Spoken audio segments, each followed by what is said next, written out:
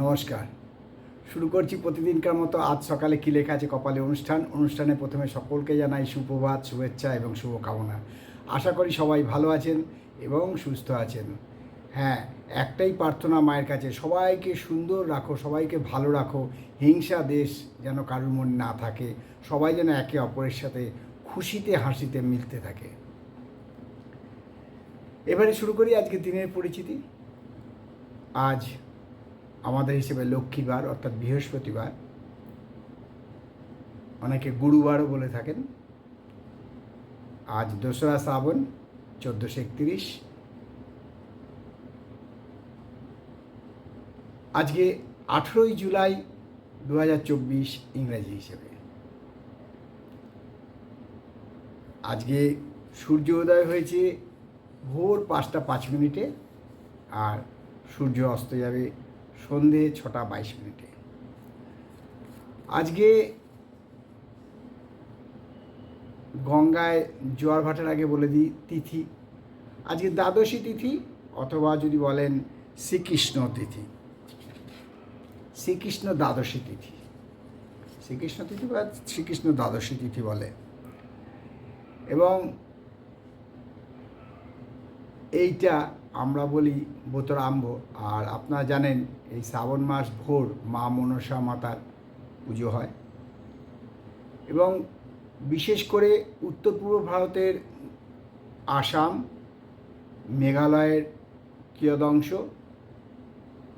অরুণাচল প্রদেশ, নাগাল্যান্ড, মণিপুরের কিয়দংশ, ত্রিপুরা, এইসব জায়গায় নামঘর আছে। আসামে তো নামঘর আছেই। এই নামঘরে এই সারা মাস মা মনসার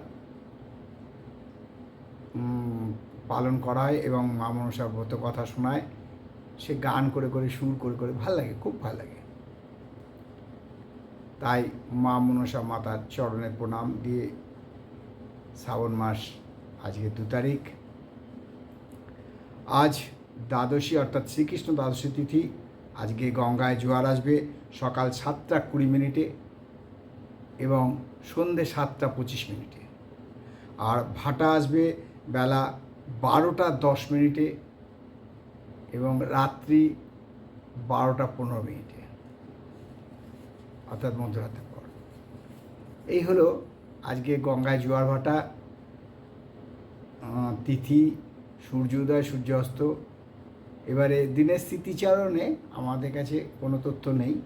শুভ কর্ম বেলা 3:33 মধ্যে গৃহপ্রবেশ থেকে শুরু করে সব রকমই আছে, করে নিতে হবে। 3:33 পর কিন্তু বারবেলা, তাই তার আগেই শুভকর্ম সারতে হবে।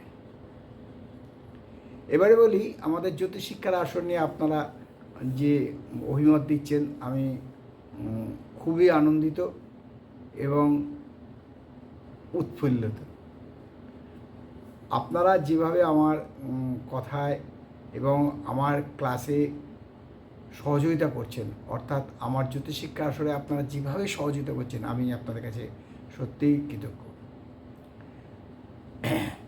এবারে একটা কথা বলি যে জ্যোতিষশিক্ষা আসলে অনেকেই জানতে চেয়েছেন যে জ্যোতিষী করতে গেলে কি কি গুণ দরকার। এই প্রশ্নের উত্তরে আমি বলি, এর আগে আমি একবার বলেছিলাম। এর আগের আমার এপিসোডগুলো যারা দেখেছেন, অর্থাৎ যারা সাবস্ক্রাইব করেছেন আগে নিশ্চয়ই পেয়েছেন, কিন্তু তথাপি যারা পরে আসছেন তাদেরও থাকতে পারে, আমাদের একটু জানান। প্রত্যেকটা জ্যোতিষীকে আগে জানতে হবে ক্যালকুলেশন। এই ক্যালকুলেশনের উপরেই সব নির্ভর করে। এবং হাত দেখাটা সামুদ্রিক স্বাস্থ্য বিশারদ হতে হবে, অর্থাৎ আপনি কপাল বা হাত, আমি যেমন হাতে উল্টো দিক দেখি, সিধে দিক দেখি, কিন্তু হাতে উল্টো দিক থেকে মাউন্ট রিড করি।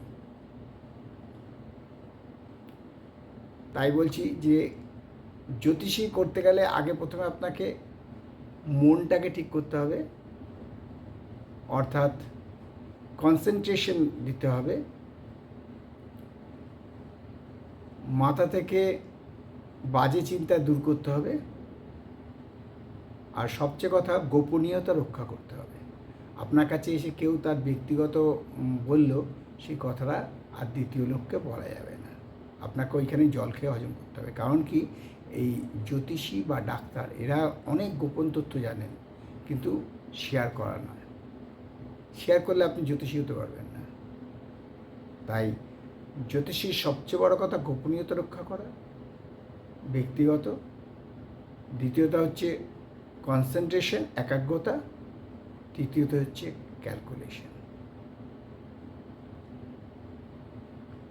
এরপর আছে সাথে পুজো পাঠ আছেই। এবারে জ্যোতিষ শিক্ষা আসন নিয়ে বলতে গিয়ে আমি বলছি, এখনও যারা সাবস্ক্রাইব করেনি তাদের কাছে বিনীত অনুরোধ, সাবস্ক্রাইব করুন এবং জ্যোতিষ শিক্ষা আসরে যোগদান দিয়ে আপনার কি কোথায় আপনি আটকাচ্ছেন এবং কি জানতে চাচ্ছেন অতি অবশ্যই বলুন। শ্রীরামপুর হুগলি থেকে শ্রীমতী রীতা চ্যাটার্জি, রীতা চট্টোপাধ্যায়, উনি আমাকে লিখে জানিয়েছেন যে আমি যে মন্ত্রটা বলি, পাপ হহং পাপ কর্মাহং পাপ আত্মা পাপ সম্ভব ত্রাহিমাং পুণ্যরিকাক্ষ সর্ব পাপ হরি। হ্যাঁ, আমি এই মন্ত্রটা ওনাকে লিখে পাঠিয়ে দেবো। এবং মোটামুটি আরেকজনও চেয়েছেন, তাকেও পাঠানো হবে। আরেকজন যিনি চেয়েছেন তিনি শ্যামাপ্রসাদ দাস, দমদম ক্যান্টনমেন্ট থেকে। আর আপনারা আমরা যে প্রশ্নগুলো রাখবো এখানে, যখন প্রশ্নগুলো রাখবো তখন আপনারা সেই প্রশ্নের উত্তর যখন দেবেন, আপনারা উত্তর দিন। আমরা এটা চাই, এই উত্তরের সময় না আপনার নাম এবং কোথা থেকে বলছেন এটা একটু জানাবেন। এবারে আসছি 12টি রাশি নিয়ে। আজ সকালে কী লেখা আছে কপালে, সংক্ষিপ্ত বিবরণ। কারণ 12টি রাশি আমরা এরমভাবে সাজাই এবং তার সংক্ষিপ্ত বিবরণ দিই। যেমন মেষ, বৃষ, মিথুন, কর্কট, সিংহ, কন্যা, তুলা, বৃশ্চিক, ধনু, মকর, কুম্ভ, মীন। এই 12টি রাশি। 12টি রাশির টোটাল ডিগ্রি, অর্থাৎ পৃথিবীর যা ডিগ্রি তাই 360 ডিগ্রি, জোডিয়াক চার্টের ডিগ্রি দেয়। তবে জ্যোতিষী কিন্তু মত আলাদা আলাদা আছে। 78 মতে আলাদা ক্যালকুলেশন হয়, 72 মতে খুব কারণ। আগেকার দিনে 78 হিসাব করে চলতো মানুষ, কিন্তু মানুষকে আরও প্রমিনেন্ট, আরও পাঞ্চুয়াল বলার জন্য আমরা 72 হিসাব করি, এবং 72 হিসাব করলে আপনার প্রত্যেকটা জিনিস মিলে যাবে। তাহলে এবারে শুরু করি। আজ সকালে কী লেখা আছে কপালে অনুষ্ঠানে। 12টি রাশি কী আছে কপালে আজ দেখে নি। হ্যাঁ, মেষ রাশির জাতকদের বলো খুব সাবধান। আজকে লোকের সাথে হয়তো আপনার মতের মিল নাও হতে পারে, তাই নিয়ে কোনো ঝামেলা বা অশান্তি করবেন না বা মন খারাপ করবেন না, একটু হিসেব করে চলুন। বৃষ রাশি চাকরি পেতে পারেন, কর্ম পাওয়ার সুযোগ আছে, চাকরি পেতে পারেন, কর্মে যোগ দিতে পারেন, কর্মপ্রাপ্তি হতে পারে, তাই আজকে বৃষ রাশির শুভ দিন। মিথুন রাশির জাতীয়দের বলবো খুব সাবধান, ব্যয় যেন নিয়ন্ত্রণে থাকে, ব্যয় যেন না বাড়ে, অর্থাৎ অপব্যয় করে নিজের সঞ্চয়ে হাত দেবেন না। তাই মিথুন রাশিদের বলবো আজ ব্যয়কে নিয়ন্ত্রণে রাখুন, অপব্যয় করবেন না। কর্কট রাশি জাতকদের বলবো আজকে কিন্তু মানে পরিশ্রম বৃদ্ধি পাবে, অনেক পরিশ্রম করতে হবে আজকে মানে লেবার দিতে হবে, আজকে খাটুনি হবে, তার জন্য আবার একটু ক্লান্তি ভাব আসতে পারে। এবার আসি সিংহ রাশির জাতকদের একটাই কথা বলছি আমি, যে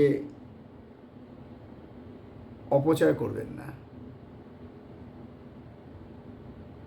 অপচয় বন্ধ রাখুন, তাহলে দেখবেন জীবনে আপনার সবচেয়ে মানে হিসেব অনুযায়ী আপনি চলতে পারবেন, এবং এটাতে আপনার লাভ হচ্ছে একটাই, যে সঞ্চয় বৃদ্ধি পাবে। তাই সিংহ রাশির জাতকদেরকে বলবো যে অপচয় বন্ধ করুন। সাথে সাথে কন্যা রাশির জাতকদেরকে বলবো আজকে কিন্তু সুযোগ আসবে, সুযোগটাকে ইউটিলাইজ করুন। ইংরেজিতে একটা কথা আছে, the golden opportunity should not come twice to you. So you have to utilise the opportunity. It may be come twice to you or it may not be come twice to you. আর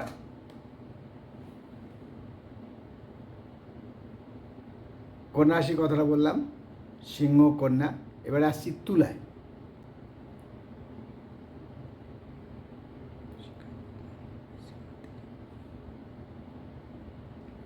তুলা তুলা রাশি যাতে বলবো, শিক্ষা মানে কি বলা যায়, যে শিক্ষা কিন্তু আজকে ব্যাঘাত করতে পারে। অর্থাৎ আপনি যে শিক্ষা লাভের জন্য চেষ্টা করছেন সেটাই ব্যাঘাত করতে পারে, তাই একটু সাবধান।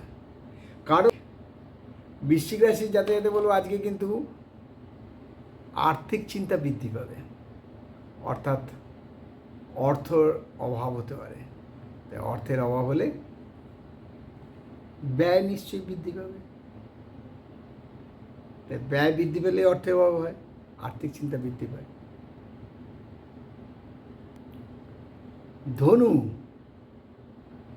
ধনু রাশি যাতে যাতে বলবো, আজকে কারোর সাথে না ঝগড়া করবেন না, বা কোনো সম্পর্ককে খুব তাড়াতাড়ি ছিন্ন করতে চেষ্টা করবেন না, কারণ আজকে সম্পর্ক ছিন্ন হওয়ার সম্ভাবনা প্রচণ্ডভাবে বিদ্যমান।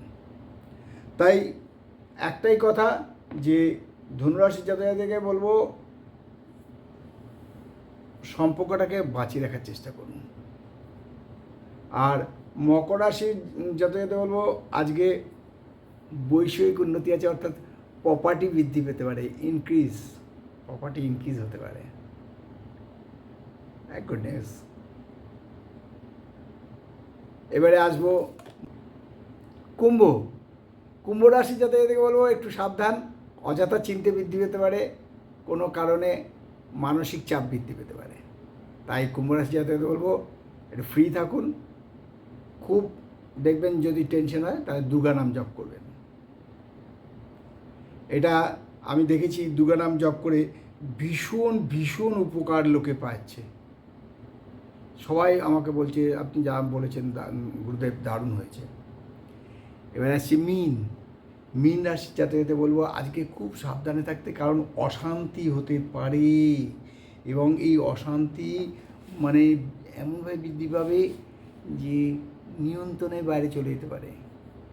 তাই মীন রাশি যাতে বলবো, যতটা পারবেন নিজেকে সংযমে রাখবেন।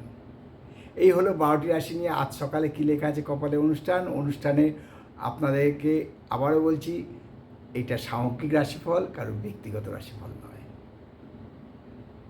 তাই জ্যোতিষশিক্ষা আসরে এখনও যোগদান যারা দেননি, তাড়াতাড়ি সাবস্ক্রাইব করে জ্যোতিষশিক্ষা আসরে যোগদান দিন, এবং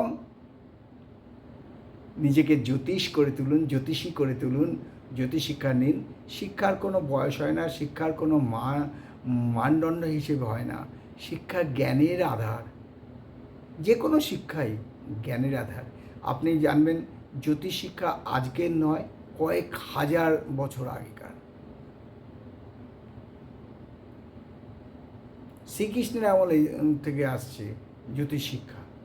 তাহলে যাই হোক, আপনাদেরকে আমি আবারও বলছি যে তাড়াতাড়ি করে সাবস্ক্রাইব করুন, এবং যদি পারেন আমার এই অনুষ্ঠানটাকে শেয়ার এবং লাইক করে করুন। এবং জ্যোতিষশিক্ষা আসলে আপনাদের যা প্রশ্ন, নাম আর কোন জায়গা থেকে বলছেন, সেই দুটো আমাকে জানাবেন, তাহলেই হবে। এই বলে আমি আমার আজকের অনুষ্ঠান শেষ করলাম। আপনারা সবাই ভালো থাকুন, সুস্থ থাকুন, আনন্দে থাকুন, এই কামনা করি। তাই বলছি, মা দশমহাবিদ্যার কৃপায়, দেবাদিদেব মহাদেবের কৃপায়, এবং শঙ্খচক্র গদাবদ্ধধারী নারায়ণের কৃপায় সবাই ভালো থাকুন, সুস্থ থাকুন, আনন্দে থাকুন, এই প্রার্থনা করি। আর বলি, পাপহং পাপ কর্মাহং পাপ আত্মা পাপ সম্ভব ত্রাহি মাং পুণ্যরিকাক্ষ সর্ব পাপ হরে হরে।